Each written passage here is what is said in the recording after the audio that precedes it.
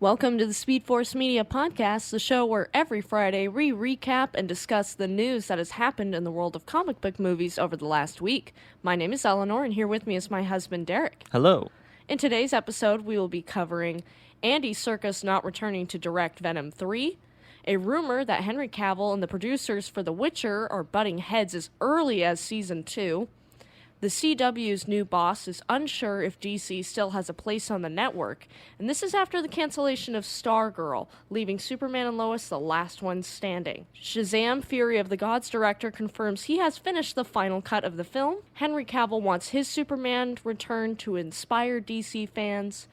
How the box office numbers for Black Adam compares to the rest of the DCEU and Snyderverse films. Is Black Adam going to break the $1 billion barrier at the box office? And lastly, Dwayne Johnson has a, quote, thinly veiled disdain for the SHAZAM franchise. To start us off, we're going to look at what Andy Serkis has said about directing Venom 3. Talking to Slash Film about his standout role in Andor, the actor and filmmaker explained, "Look, I had a ball doing Venom Let There Be Carnage. Tom Hardy is such a good friend of mine, and I felt very proud of that work, and we had such fun doing it. To be the custodian of that franchise for a little while was great.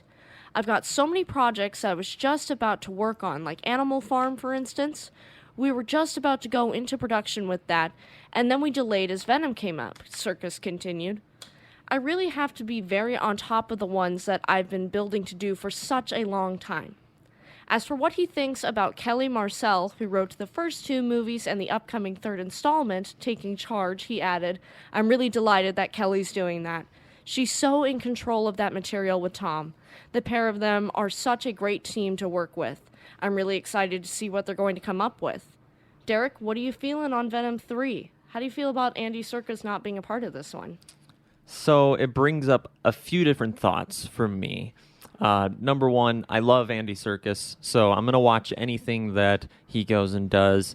As far as a director, Andy Serkis as a director, I haven't loved everything he's done as a filmmaker, but that being said, I was a fan of Venom Let There Be Carnage. I think I liked it more than most people, but I didn't love it. I saw it maybe once or twice, and I haven't really gone back to it, and kind of same thing with the first movie. Not sure which one I prefer. They're both flawed. They're both just fun blockbusters, really. And I do really enjoy things about them, but I couldn't necessarily say they're great, riveting stories.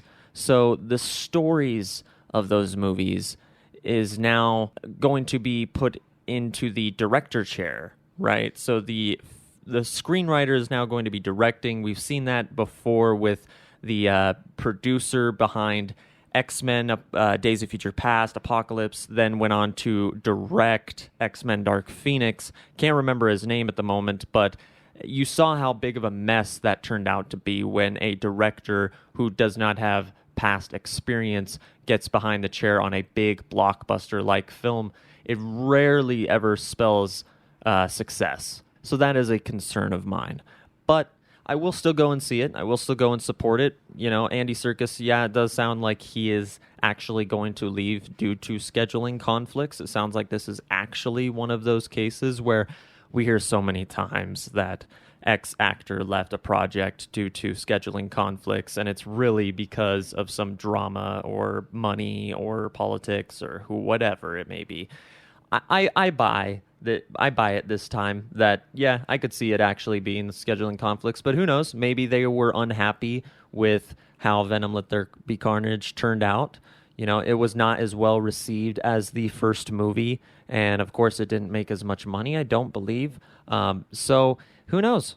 Maybe we'll hear more in the future. But as of right now, I'm not too concerned either way for it. Yeah, I'm not super concerned because this movie's probably still a ways off because we just haven't heard a ton of updates on it regardless.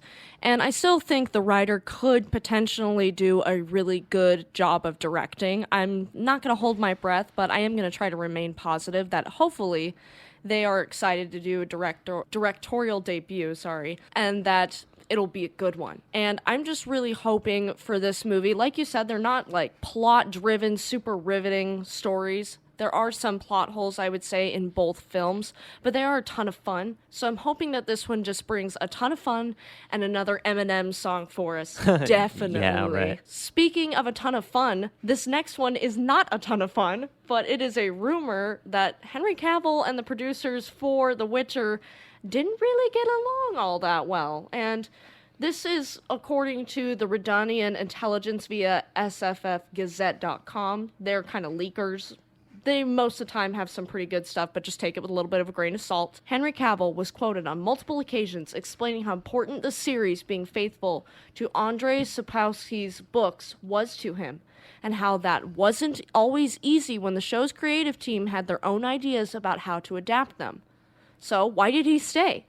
The money helped, we're sure, though it sounds like Cavill decided to give producers one last chance to get Geralt right, as the aforementioned press tour also saw him confirm that he was committed to the original 7-season vision. Quote, then in 2020 and 2021, Cavill was working on Season 2 of The Witcher and was constantly having disagreements with the producers over the work he was doing, the site goes on to explain.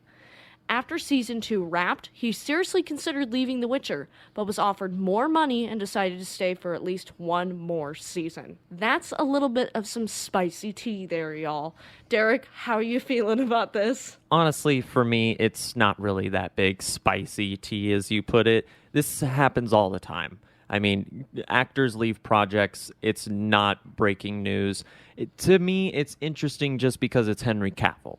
And it's The Witcher, both of whom I have fans of. So the fact that he and the showrunners or the writers are not able to see eye to eye, you would think that when they sat down at day one, they would have a better idea of this character and where this show is going to go long term. Maybe not everything spelled out, every single detail, but when the casting was done, you would think that they would both be on the same terms. We hear this so many times in Star Wars, where a Star Wars director comes on, gets halfway through a movie, and then leaves due to creative differences. And we're like, what the fuck? How is there creative differences when you're this deep into a project? It doesn't make any sense. And so you look at Kathleen Kennedy, who's in charge of Lucasfilm, who you start to question, are they not just communicating what vision they have for this project, or are they just really bad at getting talent that is cooperative,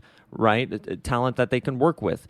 We've never heard anything bad about Henry Cavill, not really anyways. So I doubt that it's really on him. We've heard multiple times in the past where Henry has said in interviews that, yeah, I've had to correct people on set because my knowledge of The Witcher is surpasses their knowledge. And, the crowd kind of laughs, and we kind of joked about it. And he was kind of joking about it.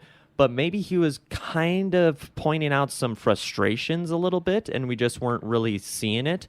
Maybe some of those frustrations are like serious deviations that they wanted to take with the character that he was like, no, this is going to piss off a lot of people. And maybe it just pushed him past the edge, all the fighting and all the drama from whatever direction that they want to take, or maybe directions they've already taken, just pushed him past the edge of saying, okay, I can't support this anymore.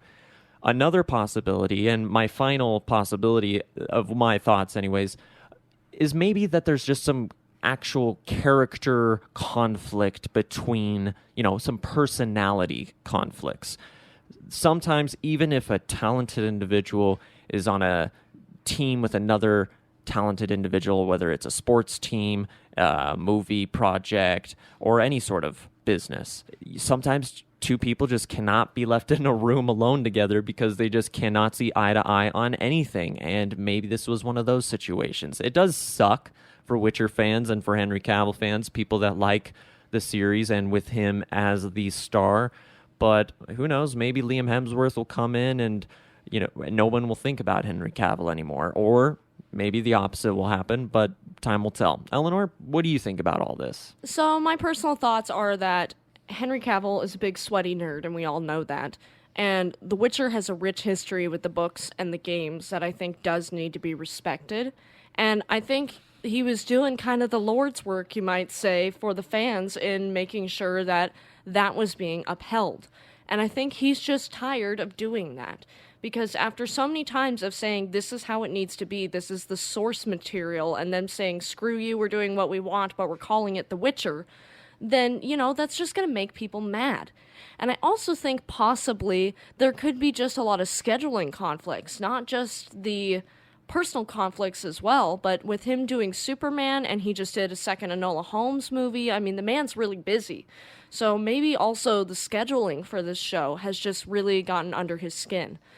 I'm not sure the exact reasons why Henry Cavill decided that, this was the last season for him, but I can respect him saying that this is enough and, respecting him as an actor going, okay, it sucks. It really does suck.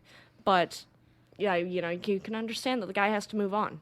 Right, and we do still have to take this with a big grain of salt, right? As far as we know, exactly what you said. It could just be all about Superman. Maybe Warner Bros. Discovery was like, hey, dude, you got to sign this contract, because we know he had to leave in the middle of shooting The Witcher to go do his post-credits scene. And so maybe he was like, back then, like, hey, guys, they got a lot of plans for Superman and me, so yeah, I'm not going to be able to do The Witcher long term. But if there was some actual conflict, we also got to keep in mind that sometimes the actors are wrong. And sometimes the showrunners and the show creatives and the writers know what's best for the show, even if that means adapting the source material and not sticking straight to the source material. There's been plenty of times in comic book movies or any sort of movie where there's a book where fans of the book get mad that certain things are left out. And sometimes the showrunners take just creative decisions. They just make their own decisions and make their own ideas. And sometimes it works out for the better, sometimes not. But I think due time will tell, and we'll get a little bit more information in the future. When this is a little bit older, when Henry Cavill's a little more removed, we'll hear the fallout. We'll get the information. Whether it is just about Superman, we'll know, because we'll see, holy crap, there's a lot more Superman all of a sudden. Or we'll hear more things about drama behind The Witcher. Speaking of drama, there's stuff going on at the CW. The CW's new boss is not sure that DC is really going to stick around in their little universe there. The average viewing age, just to set this up for you, for the CW is 58. So a little over what you would think most people watching superhero shows is, right? And the company right now is the least profitable it's ever been, with Stargirl recently being canceled. And talking on the trade, Schwartz, who's the new boss of CW, was asked directly if the DC brand has a future on the CW, to which he bluntly responded, quote, "I don't know yet." This year has already seen the cancellation of Batwoman, Legends of Tomorrow, and The Flash, and with Warner Brothers keen to move DC content to HBO Max, it's easy enough to see where things are probably going. It was an exceptionally successful company under the old business model. CBS and Warner Brothers made a lot of money on those shows, the executive says. They got to make shows from Gossip Girl to Vampire Diaries, Riverdale, and The Flash that broke through in culture. There was a business model there that worked, and now it's a different business model. Now we need to run a broadcast network that is profitable. So it's going to take a bit of reinvention, rethinking, and creating a brand and content that brings in a lot of audiences, that works for the stations, and that can be monetized properly. CW has a really strong brand, but some of these shows aren't very profitable. That makes me worried for Superman and Lois. How does that make you feel? Well, we've already seen Superman and Lois go through so many different hurdles and issues, whether it's delays or actors leaving the show. And, some of those delays are because of COVID and everything else that happened in the world. But for whatever reason, and we've heard different reports, but Superman and Lois is not back when all of the other CW shows are coming back this fall. And I think that is worrisome. Whether or not it's due to scheduling conflicts or whatever they say it is, I don't think it's unrelated to the WB Discovery buyout and the cancellation of so many of their shows.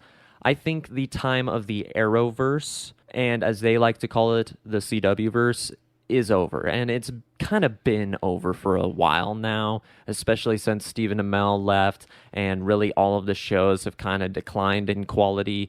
I'm sorry if you guys are still fans of some of those shows. I haven't watched all of them by any means, so I can't say that they're all crap, but it seems like a lot of people don't like them or just don't tune in, and you're right, they're not profitable. At least not on their network, not the way that they are. And even though they're so low budget, just having them on that network, it's just network television versus, a streaming service. And even streaming services like Netflix experience this issue where they'll release a show, like say Daredevil, for instance, and the first season, maybe the second season, will bring in new subscribers. But after that, they're not getting any new subscribers, but they're still pouring in money for each new season. So in their eyes, it's a waste of money. So the show ends up getting canceled. That's not why Daredevil got canceled, but we've seen so many shows on Netflix or on network TV get canceled for those exact reasons. Now, with Superman and Lois, there is still that chance that it could get moved to HBO Max. After all, Supergirl was not originally a CW show, and it was, canceled basically after season 1 and then moved to the CW. And we've seen other things like that, where Constantine had a show, I believe on NBC, I could be wrong, or maybe Fox, and it ended up getting canceled, but the character ended up crossing over onto Legends of Tomorrow and things like that. So it's not impossible that we could see Tyler Hoechlin still get to play Superman in the future, and I hope we do, because he is a good Superman, and I like that show and what it was going for. So I hope it doesn't get canceled just because Henry Cavill is back as Superman, and that is a long idea that old Warner Brothers in the Kevin Tsujihara days and before thought we can't have a TV version of a character and a movie version. That's why Batman never showed up in Smallville. That's why Batman never showed up on Arrow. And for the longest time, Superman wasn't allowed to either. But because they said, oh yeah, we're not going to be moving forward with Superman in the movies for sure now, so you can launch your TV show, Superman and Lois. And he had already been popping up here and there, but we've seen that for the longest time. The Suicide Squad in Arrow ended up getting killed off because they were doing the Suicide Squad movie.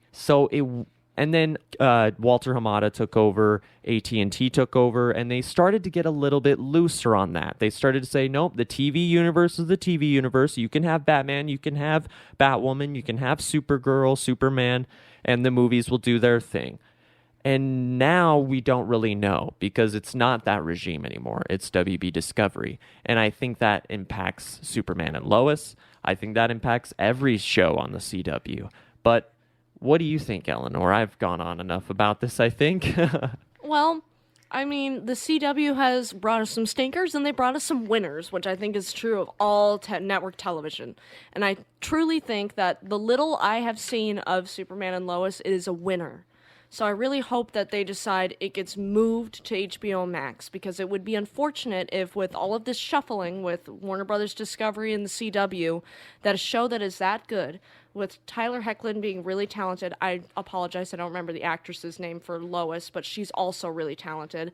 I love the family dynamic and stuff they put in there, so it would be really unfortunate if something that I feel like could have the potential to be as good as Smallville gets canceled. So, I mean, I'm hoping for the best, but I'm also preparing for the worst here. And with hoping for the best, that brings us to Shazam Final Cut for the Fury of the Gods. I don't know if you guys are excited for this movie, but I am. After several years of being in the works, Shazam Fury of the Gods is one step closer to arriving on the big screen. On Monday, director David F. Sandberg took to Instagram to reveal that work on the final cut of the sequel is officially finished. This news comes several months before the film's currently scheduled March 2023 release date, which it was moved to earlier this fall to avoid competing with this December release of Avatar: The Way of Water. Finished, Sandberg's post reads, now for a little time off, #Shazam movie, March 17th. In Shazam Fury of the Gods, when Billy Batson and his foster siblings who transform into superheroes by saying Shazam are forced to get back into action and fight the Daughters of Atlas, they must stop them from a weapon that could destroy the world in which they must travel in order to make peace with the gods because of Billy taking their powers for granted. How do you feel about the premise of this movie so far? I'm excited to see the Marvel family. Well, I am excited to see the movie for sure. I am a little confused by this news, however. It is a little bit older news. Released in the beginning of this week, but for the longest time, we kind of thought that this movie was already in the bag a while ago because it was originally supposed to release next year, and then they moved it up 6 months to this year, and then they pushed it back another 3 months to next year again. So, and for the longest time, we thought, oh, it got pushed up 6 months because it was the finished movie. It was the movie that out of all the other DC projects like Black Adam, Batgirl at the time, The Flash, Shazam was the one that was going the smoothest. And I think that's why I'm probably the most excited out of the next DCEU and DCU movies to see Shazam 2, because quite honestly, it's the one that's had the least amount of drama, the least amount of noise. I know not everybody is as big of a fan as the first Shazam movie as I am. I absolutely loved that movie. It was funny, it had heart, it had good action, and it was, for a comic book movie, rather lower budget. It wasn't a $200 million movie by any means. This movie looks like it's got a bigger budget, bigger scope, better suits, better CGI, maybe even better villains with Helen Mirren and Lucy Liu. So I love that. I love Zachary Levi in this role. And, you know, the kid actors are getting a little bit older, so you're not going to be able to keep them around forever. So I hope we don't have to wait as long for Shazam 3, and hopefully under this new regime with WB Discovery, it won't be too long before we see Shazam 3. But let's see Shazam 2. Maybe it'll be dumpster fire, and maybe it'll be hot garbage. But for all I care, for all I know, I'm super excited. And, you know, maybe I'm naive for thinking so, but I think it could be the best DCU movie that we've had in the last few movies. But, Eleanor, what do you think? I know you're not as big into the Shazam movie as I am. A fan of it, sure, but what do you think? Well, the first thing I'm going to say is I'm never going to yuck your yum. If you're excited for this, hell yeah. Anyone can be excited for whatever they want. I think the positive energy is the best part of this, but I think Shazam was a really fun movie, and I think the world could use some more fun movies. So DC bringing us the fun movies this year with Black Adam was a pretty decently fun time, I would say. Yeah. And Shazam 2 is going to be a fun movie, and then next year Aquaman, you know it's going to be fun. So I feel like they're bringing us the positive energy that I'm here for, and I'm really excited to see it because I do love Zachary Levi in this role too. He was perfect at playing a 13-year-old kid in a grown-up's body. It was so funny. You know, I do have to say, the kid actors may be getting older, but you could still use them in your story, at least to me, because you could just be like, okay, they're kind of adults now, but they still transform into other-looking adults in order to become Shazam. Or, you know, the guy who plays Billy Batson, Jesus. Asher Angel, Yeah. I believe his name is. They could just be like, okay, his adult version is Zachary Levi. So then when he says Shazam, he just kind of becomes... But then you look at Mary, who in the first movie was played by two different actors, and this movie is played by the human version of her. When she transforms, she remains the same actress. So some people are thinking, oh, well, why don't you just have Asher Angel continue to play Captain Marvel, or, play Shazam moving forward once Zachary Levi starts getting too old and once Asher Angel starts getting older. I love the idea of keeping these actors around. Let's see them go to college. Let's see them become parents. You got people like James Cameron and Steven Spielberg and directors like that always coming out and saying, oh, we never get to see them retire for their children and stuff like that. Well, hey, do it, DC. I mean, it was the first superhero that we've really seen that came from a foster home. So why not do something else that we haven't seen before? And also with the final cut aspect of this news, the final cut being finished, it is possible. We do know that the post-credit scene with Black Adam was a last-minute reshoot that they added in last minute. It's totally possible that in that same studio, they could have shot a second scene with Henry Cavill and just said, hey, once for Black Adam, once for Shazam 2. And, you know, we got Black Adam coming out right before Shazam 2, so it'd be a great way to hype Shazam 2 through Black Adam. I feel like it was kind of a missed opportunity to not have Shazam in a Black Adam cameo, but we'll talk about that here later today. I do have 2 words for people that want to see superheroes retire for the children, and those 2 words are Batman Beyond. We need a Batman Beyond movie, please. Please, let's frickin' see it, please. That would definitely make me feel inspired, and Henry Cavill wants us all to feel inspired by his return as Superman. The actor's opening up about what he envisions for his return as the iconic hero, telling Screen Rant that he's looking forward to bringing a more hopeful Superman to the screen, one that he hopes will inspire DC fans. Quote, "There's so much in the way of conversations to be had," Cavill said. "Obviously, I have a very close connection to the character, and there's something extraordinarily special about him. Extraordinarily special about his capacity to give and to love. I don't mean romantically. I mean his love for Earth and for the people who live here, and to make people feel powerful, to make people feel like Superman themselves." He added, "I have plenty of desires for this, of course, which will be discussed more in time. But the most important thing, which I will be aiming for, is for the audience to leave the cinema and to feel like they can fly, to feel like they can protect, and to feel like they want to give to everyone else. That would be my goal." That is such a Christopher Reeve goal to have, and I love it. What do you think, Derek? Yeah, to believe that you can fly is basically the whole catchphrase or the whole movie line from 1978's Superman the movie. You will believe a man can fly. And it was the tagline of the movie. And I love it. I love the idea that Henry Cavill wants to take. And it doesn't undo anything Zack Snyder did. Also, can you believe that Man of Steel is going to be 10 years old next year? I can't. Oh my God, just let that sink in for a second. The Dark Knight Rises is 10 years old this year. Will you not make me feel old, please? Anyways, I do not think for one second that if you start with Man of Steel, you're doing a movie watch this weekend, you go from Man of Steel to Batman vs. Superman, the Ultimate Edition, only the Ultimate Edition, and then Justice League, Zack Snyder's, of course, and then go into whatever this next Superman movie is going to be with Henry Cavill, whether it's Superman, Man of Tomorrow, or it's just simply called Superman, or Last Son of Krypton, Man of Steel 2, whatever it's going to be called. And it's a brighter, shinier, hopeful version of this character. I don't think it undoes anything that came before. And in fact, I think it only enforces it, because when Justice League ends, you see him do the iconic Superman move where he rips open his reporter's jacket and his shirt, and he reveals the Superman logo, and he takes off into the sky. It's a bird, it's a plane, it's Superman. And that's probably the Superman we're going to get. Saw a brighter colored suit in Joss Whedon's Justice League. We saw a brighter colored suit in Black Adam. And I think that's kind of the future for this character. And for somebody who loves Man of Steel and for everything we've seen of Henry Cavill, I'm still excited to see him going forward, even though it's a different direction, different vision. It'll be more in line with the character, and I think probably more in line with what the general audience wants.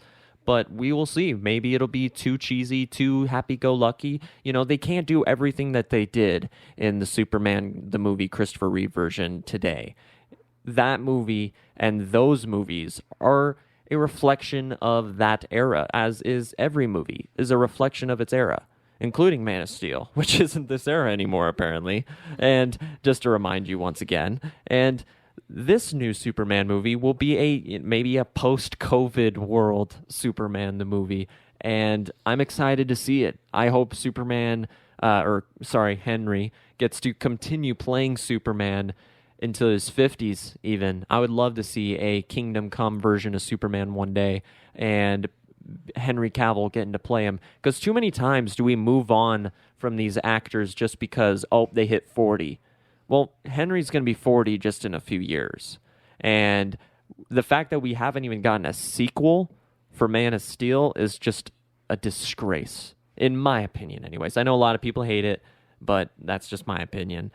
Eleanor, what are your thoughts on this? Do you want to see Superman go into a more of a direction of Christopher Reeves and more bright, more hopeful, inspiring, as he said? Do you think it undoes anything that we've seen before or retcons anything? Do you think it lines up? What are your thoughts? I do think that it would line up perfectly because it's this little thing we like to call character development, and people change over time, and Oh. Superman is a people. Oh, Like, if you didn't know, he is a type of people. He's just a Kryptonian people. So he's going to change over time, just like anyone else would. And as you learn through different experiences, I'm sure being dead is quite the experience. I'm sure now that he's just going to be loving life and grateful that he's back. And so, I believe he said he was an itchy experience. right, exactly. So I'm sure being itchy for that long is weird. So, I mean, it's just going to be a different way of life for him. I think what we're going to see is a little bit like the Justice League Unlimited Superman, where he could be a little bit agitated, could be a little bit boneheaded at times. Yeah, I loved that. But, and it could be a little prideful, but he was still really hopeful, still a good person, and still had the best interests of Earth people at heart. Yeah. So I think we could see a mix of that and the Christopher Reeve and Brandon Routh vibe.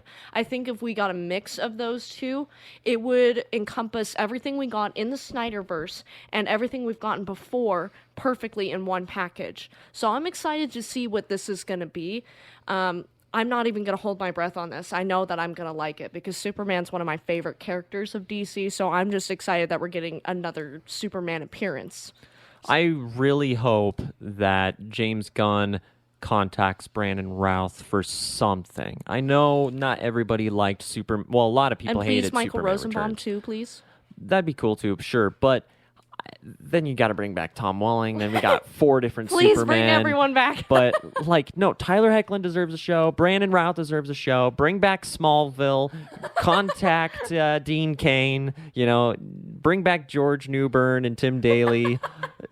All of them. But no, what I would love to see. I think the biggest negative to Henry Cavill continuing to be Superman, it means for sure that they're not going to do anything with Brandon Routh, probably.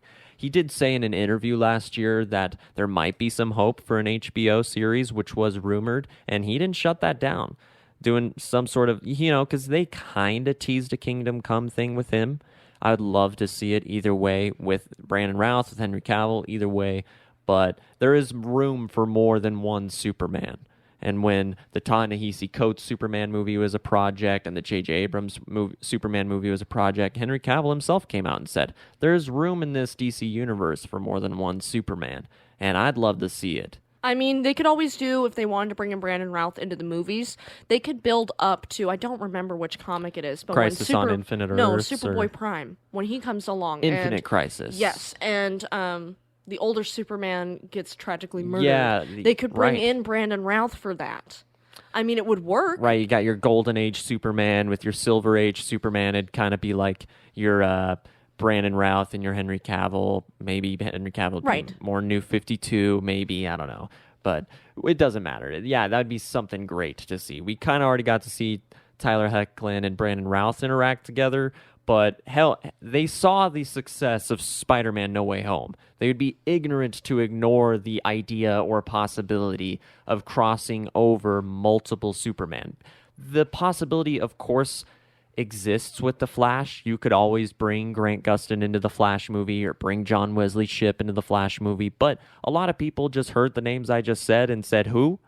But they've heard Christopher Reeve, they've heard Henry Cavill, and they've probably heard Brandon Routh. But I would love to see it, and I know a lot of other people would love to see it, but who knows? Time will tell. We'll cross our fingers. And, that's going to be big news for the DCEU. And what else would be big news for the DCEU is how Black Adam's box office is doing. It opened at $250 million worldwide. For example, every single Snyderverse movie opened to over $100 million domestically, and every single post-Snyderverse movie, including Justice League 2017, has opened below $100 million. Right, but Black Adam did not open to $250 million No. worldwide. Well, maybe worldwide, but the Domestically, it was $67 million. Right, because if you look at worldwide box office, it's so much harder to judge because the movie doesn't release worldwide on the same day, So it's always hard to judge and compare those. Right. I feel like, anyways. But there's still a chance that it could compete with Aquaman. Aquaman had a global total over 1.1 billion. So it's definitely the biggest DC movie, at least for the Snyderverse. So, there's a chance that it could be something like that. For example, Man of Steel was $668 million. This is all global box office. Batman vs. Superman Dawn of Justice was $873 million. Suicide Squad, the first one, not the James Gunn one, was $746 million, and Wonder Woman was $821 million. So it averages out to about $777 million compared to the post-Snyderverse average of about $422 million. So hopefully Black Adam, since we're only 2 weekends, that we're coming up on the third one, is into its box office run. It's at $250 million now. It maybe will get to Aquaman, but I don't see it doing that. Oh, no. Oh, it's not going to even get halfway there, honey. And this report that said Black Adam is on track for Aquaman, you guys got to be careful with this kind of stuff because they see part of it, right? They see, oh, well, it's already at $250 million, but they don't see the second weekend box office at that point, the drop, which it had a massive drop. We're at its third weekend, and by its fourth weekend, a little movie called Black Panther Wakanda Forever is coming out. Now, it's still at only 250 plus million at right now, currently. This is Friday. Are we really certain that it's going to get another at least 250 million in the next week just to get to 500 million? No possible way in hell. And I think DC and Warner Brothers Discovery is actually in a little bit of trouble with this movie because when you go online, when you go to the store, do you see a lot of Black Adam propaganda everywhere? Do you see a lot of marketing for this movie? Do you feel a lot of buzz or hype?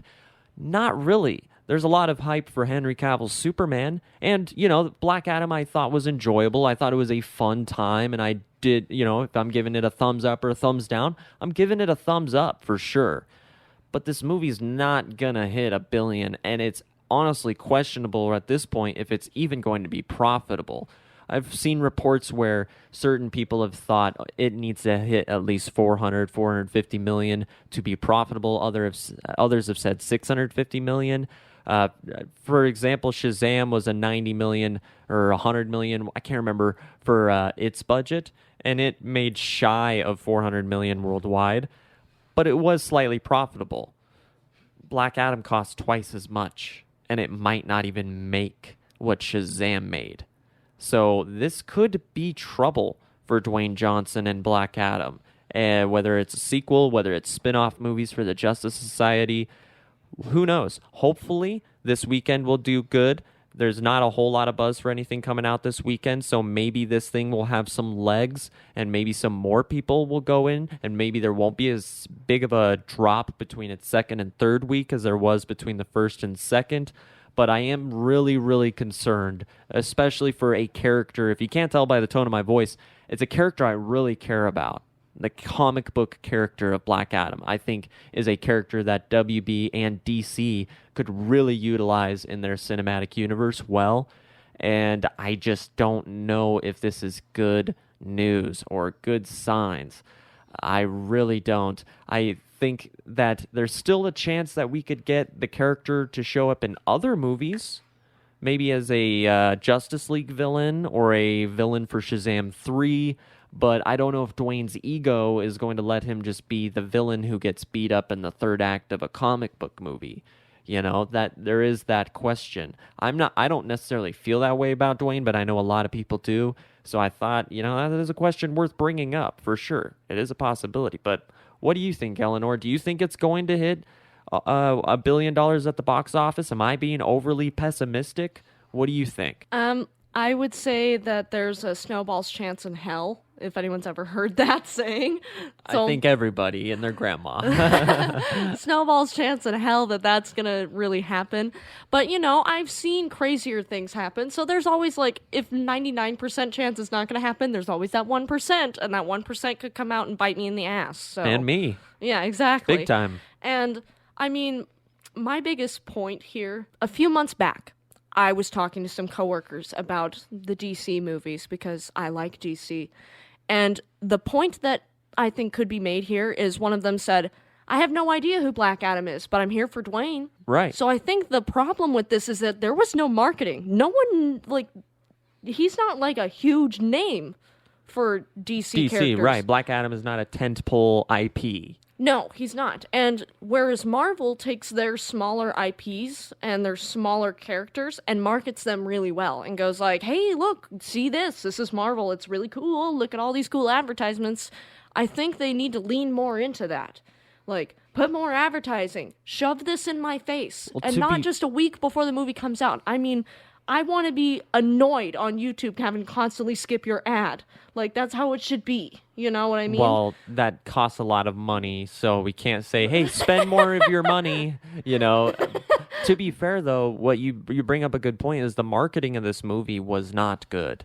And the trailers, you know, I'd say most of the trailers for Black Adam left me, a big Black Adam fan, feeling pretty lukewarm and not really thinking, okay, this looks like, you know, every other movie I've seen. And hopefully they're just hiding something serious in the movie. And they were hiding some things for sure. Some of them good, some of them bad.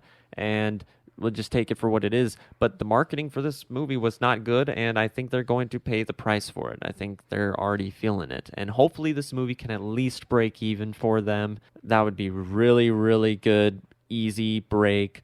I think that we honestly, all of us, overestimated the IP of Dwayne Johnson even, because for a lot of the times you see the Fast and the Furious franchise, for example, you bring in Dwayne Johnson by Fast 5, I believe, or Fast 6, and all of a sudden those movies started making more money. They were already making good money, but they started making more money. And so you think, okay, yeah, we 700, have Hobbs and Shaw. And that did 600 million, 700 million, billion-dollar movie. Whereas the first few Fast and the Furious movies were only like 200 million, 300 million, 400 million, 500 million, whatever. Where this Black Adam movie, a DC movie starring Dwayne Johnson as a character, an anti-hero who kills people, I think they just botched the marketing. The people are just like, yeah, it's Dwayne Johnson playing himself, and there's nothing really else to the movie. Why else should I go? You didn't set up the Justice Society. For a lot of people, who is that? Who is the Justice Society? So I think it's disappointing, but I could be way off. And I hope I am, because I do love these characters. And I loved a lot about that movie. And a lot of the audience did. You look at the audience rating, it's like 90%. It's insane. It's one of DC's highest rated audience score movies. So I think that's really good for it. And I think that, you know, I think WB and DC can't ignore that it does have a lot of fans. So what do you guys think? Are you a fan of this movie? This is a little bit of a kind of conflicted, mixed movie for sure. It's very divisive with critics and audiences. But what do you guys think? Do you think this is going to get $1 billion? Do you think it's even going to be profitable? Do you think we're going to get a sequel? Whatever you think, let us know in the comments below. And Eleanor, what is our next topic? Well, we've kind of already briefly covered it. Is Black Adam going to break $1 billion? And I mean, the $1 billion box office, the big one for DCU was Aquaman. That's not counting Joker, because Joker's not part of the DCEU. Neither is the Dark Knight trilogy. Right. Those movies did gangbusters on their own. And we're just talking about Aquaman and Black Adam. That's where your big comparison is. And some people are saying that, you know, Jason Momoa's movie, which grossed $100 million domestically in half the time that it took Dwayne Johnson's DC debut to, is partially attributed to the fact that Aquaman opened over Christmas.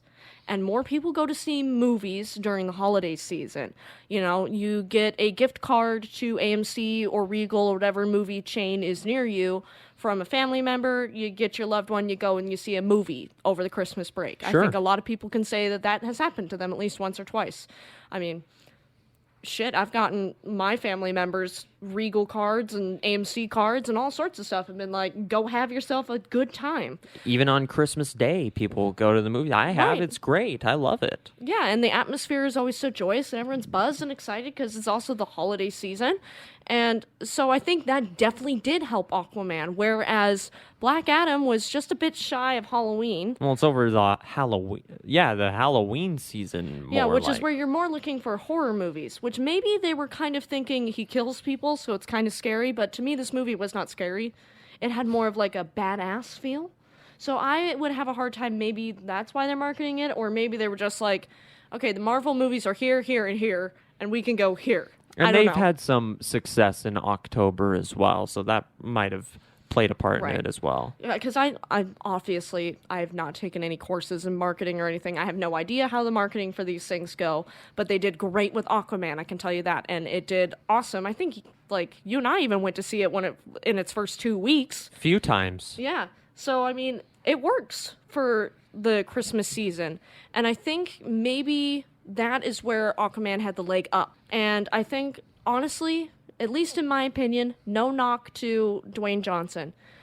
Jason Momoa is a better leading man in a movie. For a movie, for sure. Than Dwayne Johnson is for me. I feel like I'm not a huge fan of actors that play themselves. I'm not going to list any names. Derek knows my list of people I just don't watch. That I don't like it when you play yourself. I like it when actors, especially really like method actors, which can kind of be a controversial thing to say, but I like it when they transform themselves and you can't see them when it's necessary. as who they are. Right. When it's necessary. Right. When you don't see them as who they actually are, you see them as the character. That's when I like a movie. But if I'm watching a movie that has insert any actor, this one happened to be Dwayne Johnson, and all I see is Dwayne Johnson in a Black Adam suit, where times I'm like, okay, he's definitely Black Adam, and I'm not seeing Dwayne Johnson, but other times I'm like, I'm kind of seeing only Dwayne Johnson. Yeah, there was some of those moments for me, for sure. Right, and I don't that's where it kind of takes me out of the movie, but that's just for me. For other people, they're like, that's cool, whatever. Yeah. But, like, there's certain actors where I think they do really good in putting themselves in those roles and can still kind of be themselves, and it works. And one person I'm going to give credit here is Robert Downey Jr., because he can kind of be himself, and it works for Iron Man. And it works for the Tony Stark character. But he's still being Tony Stark, but he just has a little bit of a Robert Downey flavor to it. You know what I mean? Where I feel like for Dwayne Johnson, it just like the flavor of Dwayne didn't mesh super well with Black Adam at times for me, where there are other times where I'm like, this is Black Adam, I'm not seeing anyone else but Teth Adam.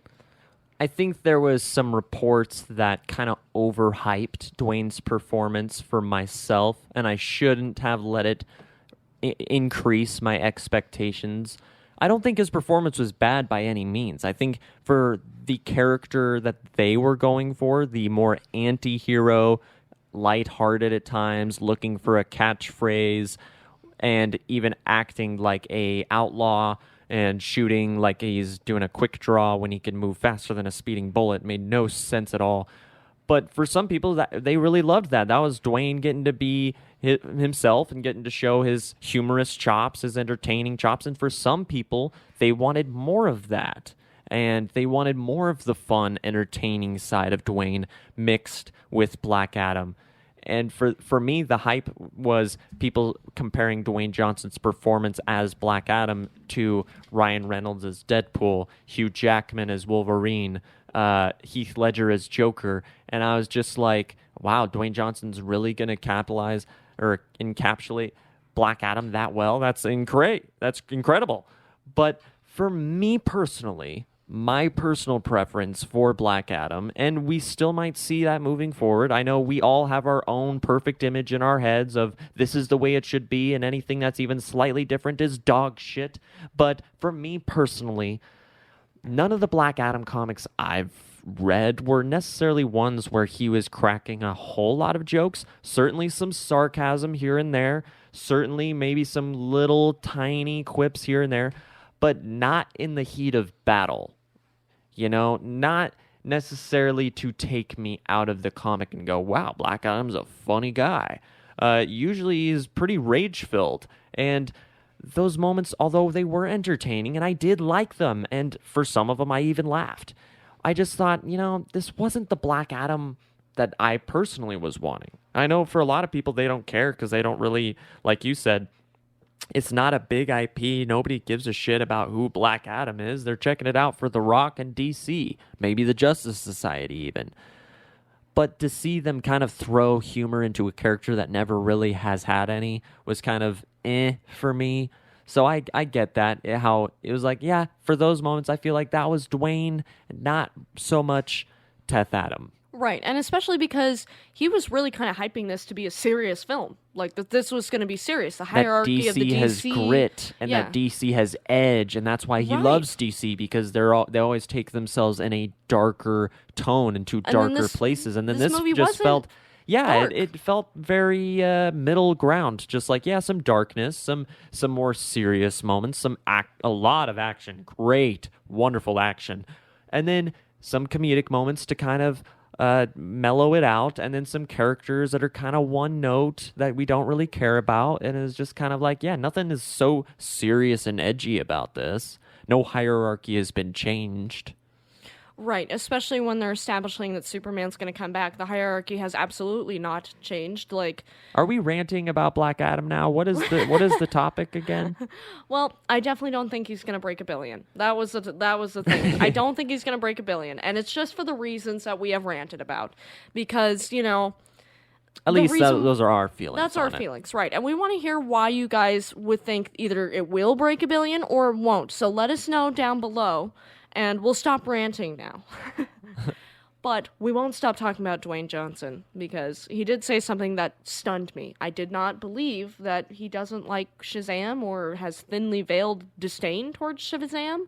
And that's what an insider said, but I'm like, Shazam and Black Adam are like peanut butter and jelly. They go together. How does this work?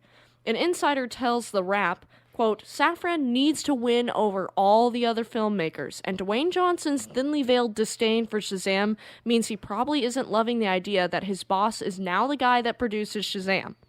Safran is pretty diplomatic, so I think he will pull it off, but it won't be easy. Johnson was once saying he made the unpopular decision to pull Black Adam from Shazam, now starting to make a little bit more sense here, as does his remarking that, quote, I said, I really think that you should make Shazam make that movie on its own in the tone that you want. And I think we should separate Black Adam as well. So, I mean, he's basically saying, like, Shazam can be over in her corner and Black Adam can be over in her corner, but we're not going to mix the two. But for me, as a fan, it's important that those two collide at some point, because, I mean, my basic understanding of Black Adam is that he's kind of like Lex Luthor is to Superman as Black Adam is to Shazam. That's like your main villain, right? So that's just my basic knowledge. I'm not an expert at all.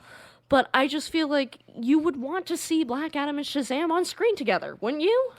So I think you nailed one of my reasons as to why I kind of agree with Dwayne on this. And then, so I kind of have two sides of this. There's two ways.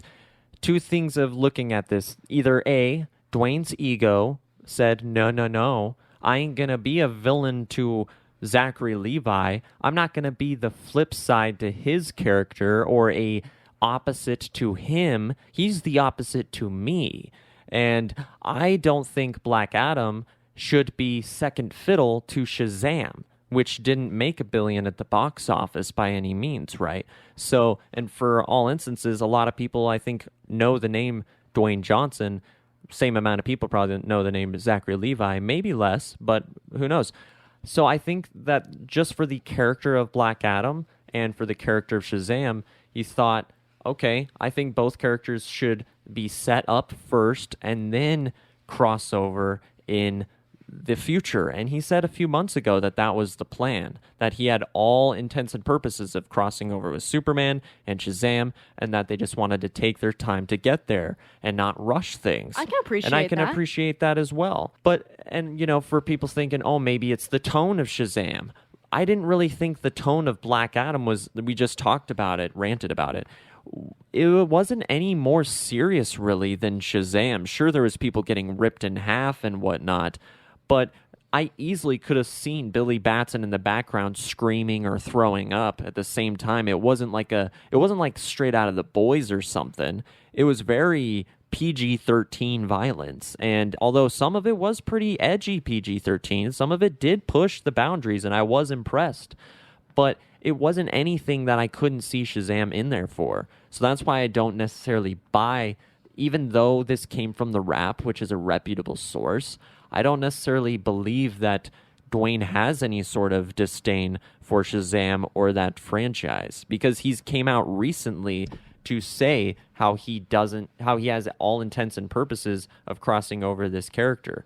But that being said, there is that possibility that he thought, there's a chance, okay, we can have 2 solo movies and these characters get the individuality that they deserve like they have in the comics.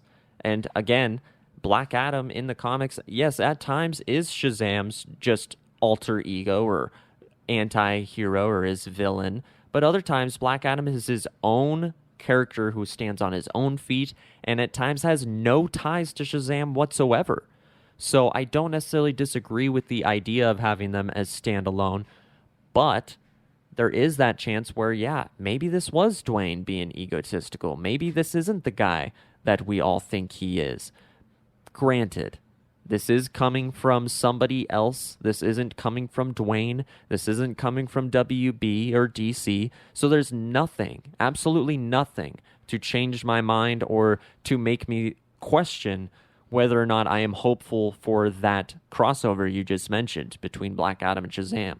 Other than this little article from The Wrap saying, yeah, Dwayne has some disdain, and it's going to be a hard job for Peter Safran to get everybody on board if Dwayne's not behind Safran's vision.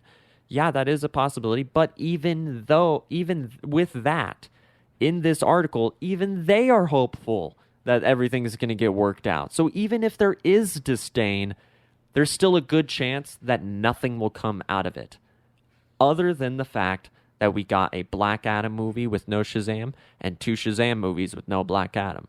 There's still every possibility that we'll still get Shazam and Black Adam 2 or 3, or Black Adam and Shazam 3, or them both in a Justice League movie or whatever. So I do think also that there is a possibility that 2 things can be true. That there is some ego involved, that there is some disdain involved, and that there is also some respect for the characters, that they just say, hey, maybe we should take the time to tell these characters' origin stories all the way through and not rush to any crossovers. That's what I'm hoping for, is that they're kind of taking like a MCU approach and making sure that everyone gets their origin story beforehand. And so if that's the direction they're going, then I'm on board for that. I just hope that even if there is egos involved or if there's disagreements creatively, that we can negotiate and come up with something, because Dwayne does value what the fans want, and I think fans want this. And I think he would put his feelings aside for the fans, and that he would do this for us, because he did fight for Henry Cavill for those of us who wanted him back. We got to keep that in mind, and that was huge for us DC fans. I think he would be willing to go, you know what? They want to see Shazam and Black Adam on screen together. Let's make this the best appearance of Shazam and Black Adam together that we can give the people. So I'm hoping that, he's the people's champion in Black Adam and off screen. So that's a great way of looking at it. I think that's a great way of looking at it, is that, like you said, even if there is some disdain, maybe Dwayne himself will say, you know what? I buckled down, I bit my tongue, I put my foot into the ground and said, no, we're getting Henry Cavill back as Superman. Maybe this time he'll have to just bite his tongue and say, you know what, even though I don't like Shazam or I don't like Peter Safran, or maybe he's got some issue with Zach Levi, probably not, who knows, but I'm going to do it because the fans want to see it. It does also raise some questions of, okay, if you were wanting to tell the origin stories separate, why didn't we get Justice Society before the Black Adam movie? Or vice versa, you know what I mean? Right. Like, wouldn't it have given you more time with Black Adam and Shazam in Black Adam if it was just Black Adam and Shazam, not Black Adam and 4 other Justice Society members? You know what I mean? But anyway, I still like the movie. I still am a huge fan of the movie. I'll still buy it on Blu-ray. I still give it a thumbs up. But there is issues for sure. And it does leave us some questions going forward. And with all these questions about Shazam and the disdain and box office results, I think all of it's going to affect each other. The box office is going to affect when we see this character next, and how, if it's going to be an individual movie, crossovers, you name it. Yeah, I think these problems, if there are problems, they're going to compound and add up together, like you said. I don't think it's going to be one thing or the other that would affect the movie. I think it's all of these things. But what do you guys think about this whole drama, I guess, that is just from an insider that's surrounding Shazam and Black Adam? Do you buy into it? Right. Do you think this holds any water, or do you think this is just kind of, people talking? Let us know what you think down in the comments, and thank you for tuning in to the Speed Force Media podcast. If you liked this episode and you're listening on YouTube, please drop us a like, leave us a comment, and subscribe to our channel for more content in the world of movies, TV, and entertainment. If you're listening on Spotify, Samsung Podcasts, Amazon Music, or another podcast directory, please subscribe and leave us a 5-star review, as it does help us reach more listeners like you. Thank you guys so much. Have a fantastic week, and remember to iron your capes.